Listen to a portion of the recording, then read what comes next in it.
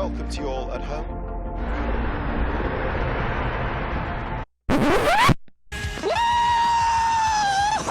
Yes! Grazie, dai, forza Ferrari! Ferrari's back. Hey guys, Dre here, back at it once again with a brand new video for you, and welcome back to Dre TV. Just wanted to say before I already got going, apologies for the lack of content. One, it's kind of been a quiet week in terms of news, and two, essentially I'm on my Easter holiday right now, 2 weeks off before my final uni half semester. So I just wanted to take some time out and just enjoy myself a little bit, you know, rest up a little bit and get back on the grind. But yeah, I hope you guys have enjoyed your Easter holidays. If you're in the middle of yours right now, I hope you're having a good one.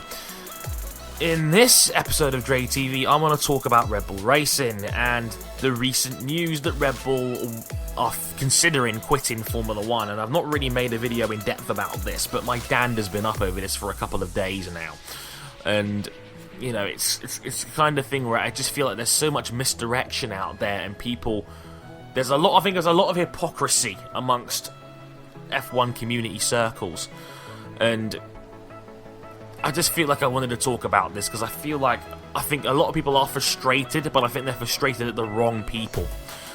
Okay, for those guys that don't know, Red Bull Racing are considering quitting, and the reason why, I mean, I think Dimitris Matishwitz came out the other day and said essentially Red Bull may quit F1 if they can't find a competitive power unit. I mean, this is not a new thing, talking about Red Bull and talking about Renault and the fact their engines have been the worst of the big three since the 2014 hybrid rules came into effect, and obviously now Honda is now the fourth wheel in that, and obviously they're slowly making progress and playing catch up. But you know, Dimitris went on the record and said if we can't access a better power unit, they're going to quit. And it makes sense when you think about it. I mean, Renault are struggling massively compared to Ferrari and Mercs, who are clearly the fastest. I mean, Mercedes have been the powerhouse power unit since the rule change, and Ferrari has made major progress this year, and it looks like they've got some real top speed in their packages now again. So it looks like Ferrari have made the gap even worse to Renault because Ferrari have gotten better. I mean, Christian Horner said after Australia they reckon they could be down 100 brake horsepower as opposed to their rivals in terms of sheer power output. And this time last year in China they were saying the cars were losing 3/4 of a second down the straights because of the lack of speed. And they're in a difficult pickle because Mercs are never going to give Red Bull an engine. They're a direct rival from the last 2 or 3 years, and we all know what Red Bull are capable of when their engines are adequate. So that's one thing. Another thing on top of that is that Ferrari are not going to give Red Bull an engine either. Again, you're funding a direct rival. You'd be a fool to do something like that. You give your other power units to cars that you know are not going to be a direct threat. Hence why the other guys on Mercs Power are Williams, who are nowhere near them at the moment, Force India, who can barely afford to run them in the first place, and Lotus, who haven't really improved as much as I thought they would given they've switched from Renault to Mercedes. Same with Ferrari, they've given their power units to Sauber, who have nowhere near the same level of chassis development.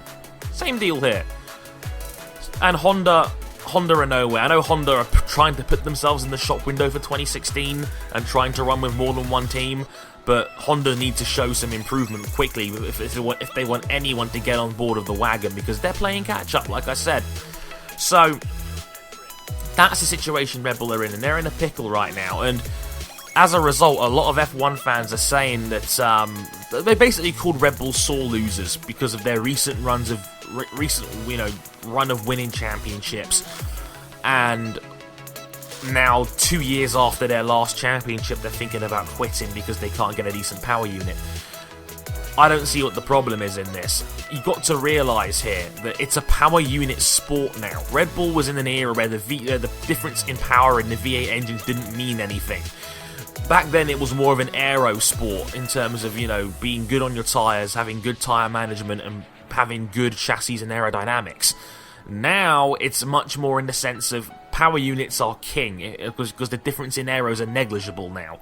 Like, Red Bull may still have the best aero in the field, but they're still losing out so much in terms of power that it doesn't really matter how good their aero is, because they're giving up 10 mile an hour in a straight line. So that's the problem. And Red Bull, of course, are not going to take all the flack for something like that. They're going to look in other directions and whatnot. And, you know, of course, they're never going to hold themselves completely responsible. And Renault are a part of the problem, a big part of the problem, the drivability of the car and the lack of power. And like I said, there's a lot of fan outcry calling them sore losers for this, and I don't agree with that mantra at all. I mean, this is the reality of Formula 1, and there's a big difference between Red Bull and the other factory teams. The other factory teams have got practically limitless spending underneath them. Ferrari just increased their budget from 270 to 370 million. That's a shitload of money. That's their budget now, and they increased it after the positive waves coming out of the Ferrari camp with Sebastian Vettel joining the team. Mercs are spending a stupid amount of money. Red Bull spent a stupid amount of money. Apparently they spent $750 million in the years between 2010 and 2013. Those championship winning years, they were spending about $200 million a year. So don't be surprised if they're spending that kind of money. They're ending up in the midfield, which is where Red Bull are at the moment, and then expect them to stick around. I mean, I don't think that's a realistic mantra to have as a business owner. I mean, think about it from a common sense standpoint.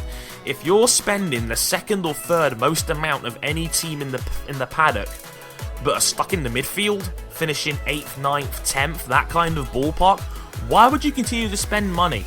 Like 200, 300 million a year to play catch up?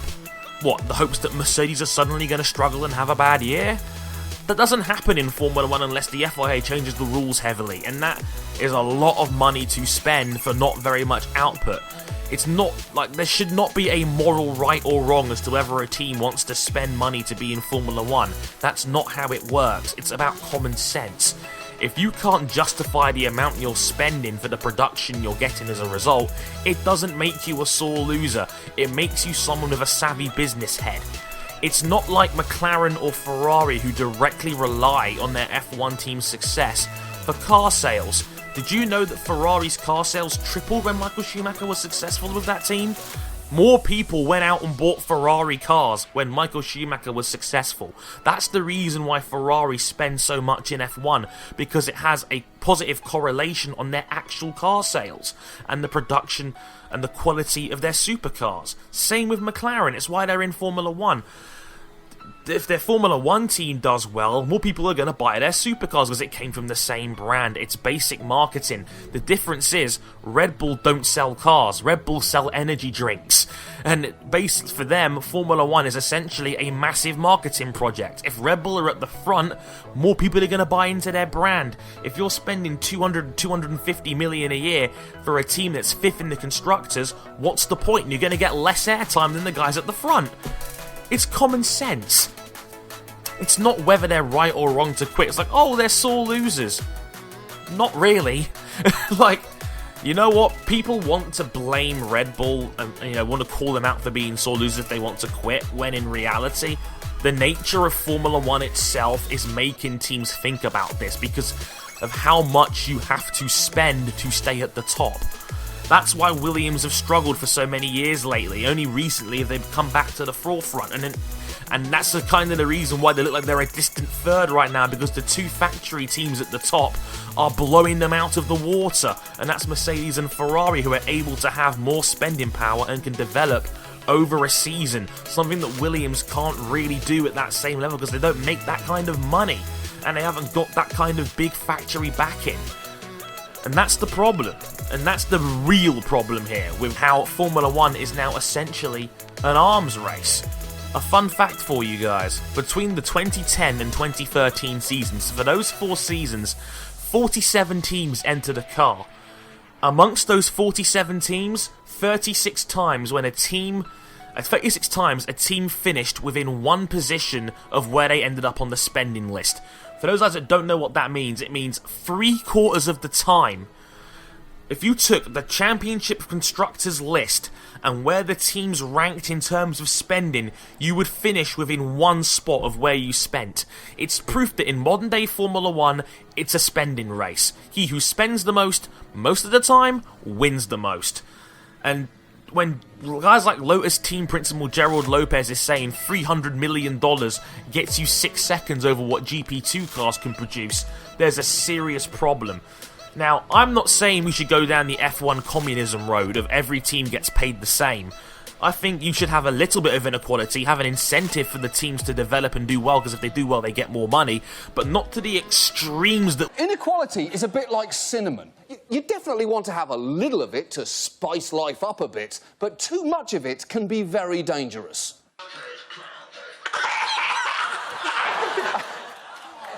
And make no mistake, we are at cinnamon dangerous levels right now. We're seeing right now. It's the reason why Mana will probably never be a success, because next year Haas is coming in, we'll have 11 teams in Formula 1 again most likely, and as a direct result of that, Mauricio won't get the $40 million bonus for being a part of the top 10. Then Mauricio most likely will die again, and you know, people are gonna pour one out for Mana again when they're realising that their experiment to come back was probably doomed to fail in the first place. It's an awful, awful situation, and people are misdirecting their anger in the wrong places. People are saying like, oh, well, Red Bull are just being whiny, or it's all Bernie's fault, when it's actually the F1 strategy group and the consortium that do this. That's the problem. F1 should be on an enormous drive to try and cut costs, let alone talking about the situation where a big team might pull out. If Red Bull want to quit, let them quit. It's their money. They shouldn't be judged for, you know, not potentially going bankrupt by overspending. The same people that are criticising Red Bull for potentially quitting are praising Mana for continuing to lose money just so they can compete for the sake of it. That's the hypocrisy we're dealing with here. That's the enormous, like, double entendre hypocrisy that we're seeing amongst F1 teams these days. Red Bull are being the smart ones for quitting while they're ahead. You've made your money, you know, why spend all that money to potentially lose if other teams are going to do the same and try to outdevelop you? It's a spending war. And if it's a war that you're not going to win, why keep going? It doesn't make any sense. What, to please the fans? We fans don't mean shit in the grand scheme of things, and that's what people just fail to recognise and admit. This isn't quantitative easing where you can just print money on trees and hope the teams can survive that way. You need a fundamental shake-up in how cars are run, and how the sport is run, and how to cut costs. Max Mosley's been talking about this shit for years, that the F1 is not sustainable. F1 is a terrible investment if you're not in the top 3 or 4. Period. If you're a midfield team, F1 is a black hole of money. And maybe that's where we should start. And one thing people don't realise as well, if we lose Red Bull, we probably lose their driver program too if they pull out of Formula 1. Yeah, I'm sure some of their dudes like Sebastian Buemi outside of Formula 1 might still get support. But you gotta remember, Red Bull are already funding 2 teams. 4 cars. That's already a ton of opportunities, and look how many careers it's made out of dudes like Sebastian Vettel, Daniel Ricciardo, Sebastian Buemi, Jaime Alguersuari, Daniil Kvyat, Antonio Felix da Costa. The list goes on and on. They've opened more doors than any other driver program we've seen in recent memory. And that might have to go. And that would be a crying shame because, you know, we want to see talent get pushed at the highest level. There's a huge knock-on effect for talent if Red Bull go and for the state of the sport, because we most likely lose at least 2 cars unless somebody else will pick up the bill, and if the team that picks up the bill can't spend like Red Bull can spend, they'll sink down the order too, unless it's another factory team like Audi, and I don't think that's going to happen because Audi already spend a ton of money on their WEC program. There's a lot of problems here with Red Bull, but Red Bull are not to blame for this. There's a much bigger issue that fails to be addressed, and don't blame Bernie for this. Blame the strategy group. They're the ones that are causing the problems because nobody wants to budge on a situation like this. Here's the problem. Every team wants F1 to be healthy and to have a full grid, but nobody wants to give up their slice of the revenue pie to see that happen. Rational choice theory. A team will always save its own skin above 2 or 3 others. That's just how it's going to be, and that needs to be addressed first. Let me know what you guys thought of the video as always, or your thoughts on Red Bull potentially quitting. I'd love to hear your thoughts as always. I've been Harrison, and I want to thank you very much for listening, and I'll catch you guys next time. Sayonara.